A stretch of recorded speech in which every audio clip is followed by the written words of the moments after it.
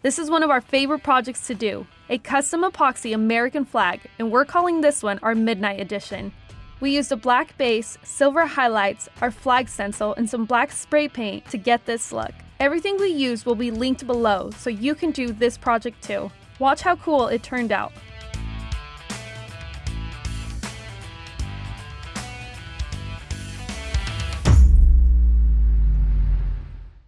So we're getting ready to do another flag project. This one's gonna be really cool. We're gonna be using our universal pigments in black and then our silver Leggari Effects. Before you guys start your projects, always prep your boards. So this is just a hollow core door, 36 inch by 80 inch, and our flag stencils fit perfectly on that. That's kind of what we created them for.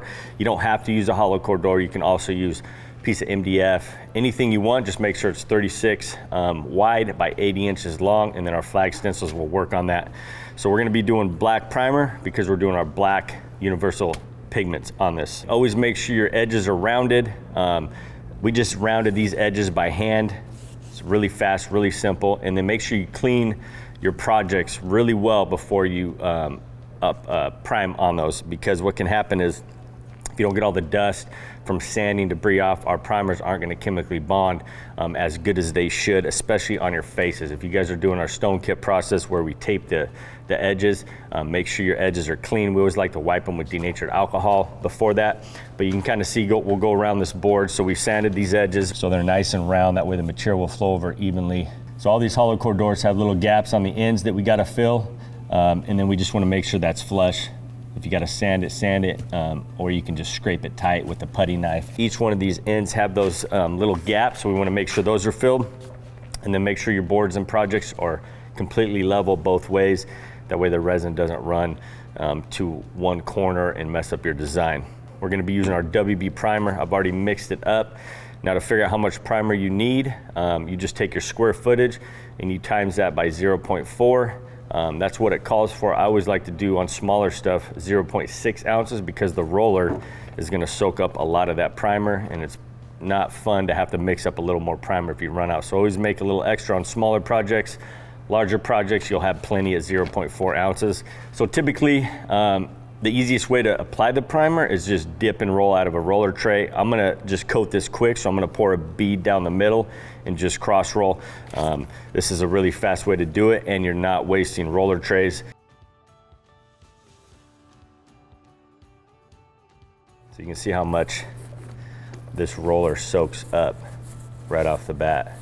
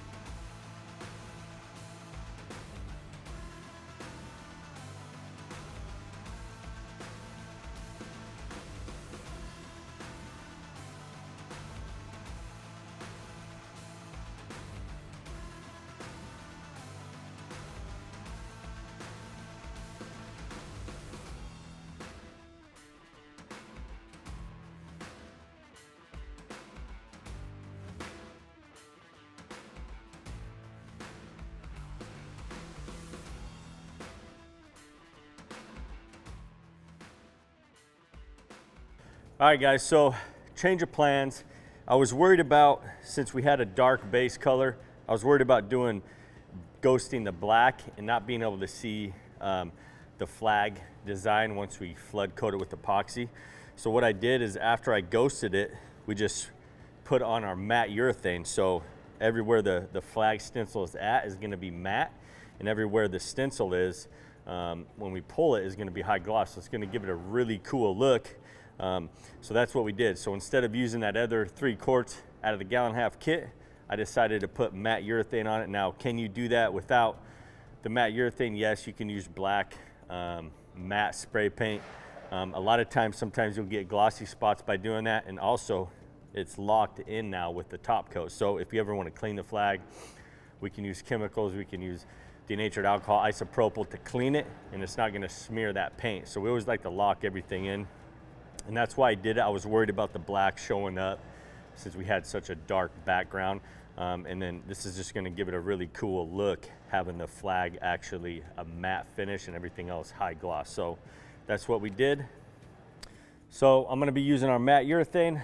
I'm gonna mix up the whole thing. We're not gonna need it all, but if you guys are trying to save product, right, now mix up the whole amount, you need 0.4 to 0.6 ounces per square foot. So again, that's 0.4 to 0.6. I like to make 0.6 to accommodate the product that the roller is going to soak up. So you would just take your square footage, times that by 0.6, and that's how many ounces you're going to need to make of the top coat. And these containers are nice because it has a ratio, so you don't really have to think. So say you need to make, I don't know, say you need to make 16 ounces, you can just kind of eyeball that. So if I go 2 to 2, if I go on the 2 marks, so part A would be to that 2, part B would be to that number 2, that would be 3 to 1, and that's going to give us about 16 ounces. So these work great for stuff like that. So I'm going to get this mixed up and then we'll roll it on. And then just make sure any spots that you see lifted, you press them down. And again, we're not worried about all these spots on the actual stencil because it is a stencil. All the bubbles, the creases, that's not a big deal.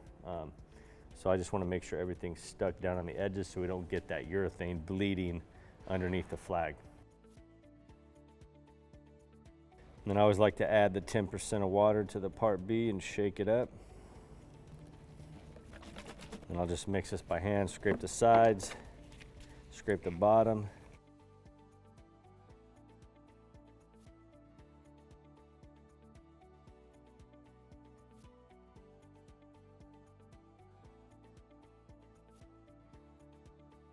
So when I roll it, I'm gonna go with the stripes. I don't wanna cross roll across the stripes because there's a lot more area that could bleed under. So I'm gonna go with it, and then we just have these ends that it might, you know, bleed under if we didn't press it down good. So less chance for air by doing that.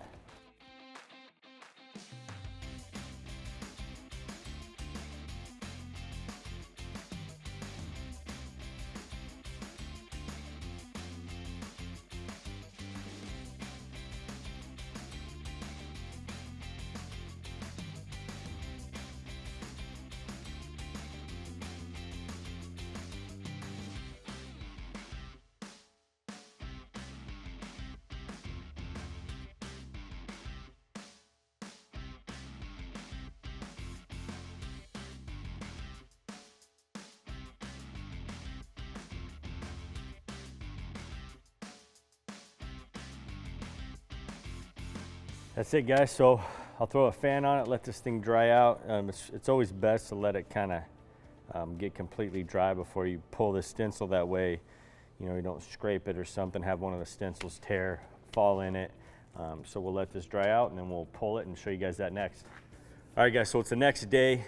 Like I said before we stopped rolling the mat out, it's good to let it dry out. Just in case you're pulling your stencil and something tears and drops in it, then you might have a messed up spot. So I put a fan on it for a couple hours, dried it out, and then we let it sit overnight, and now it's ready to pull. It's all dry, so if we drop something or one of the stencils falls on it, it's not gonna mess it up.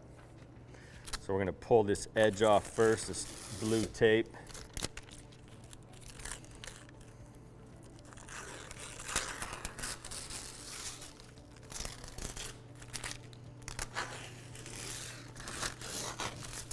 I'm not worried about it the tape still being on the stencil because we're pulling that anyways.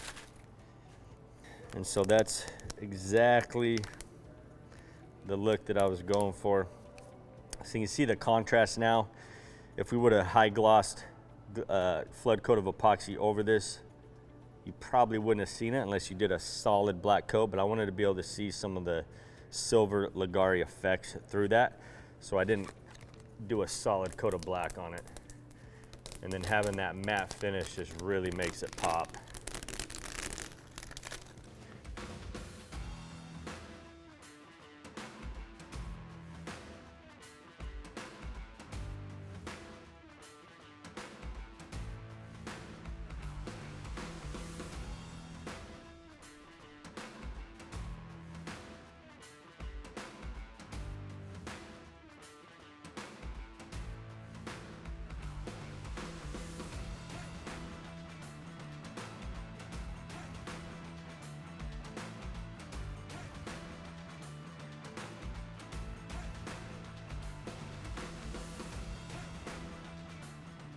All right, guys, there it is, custom flag.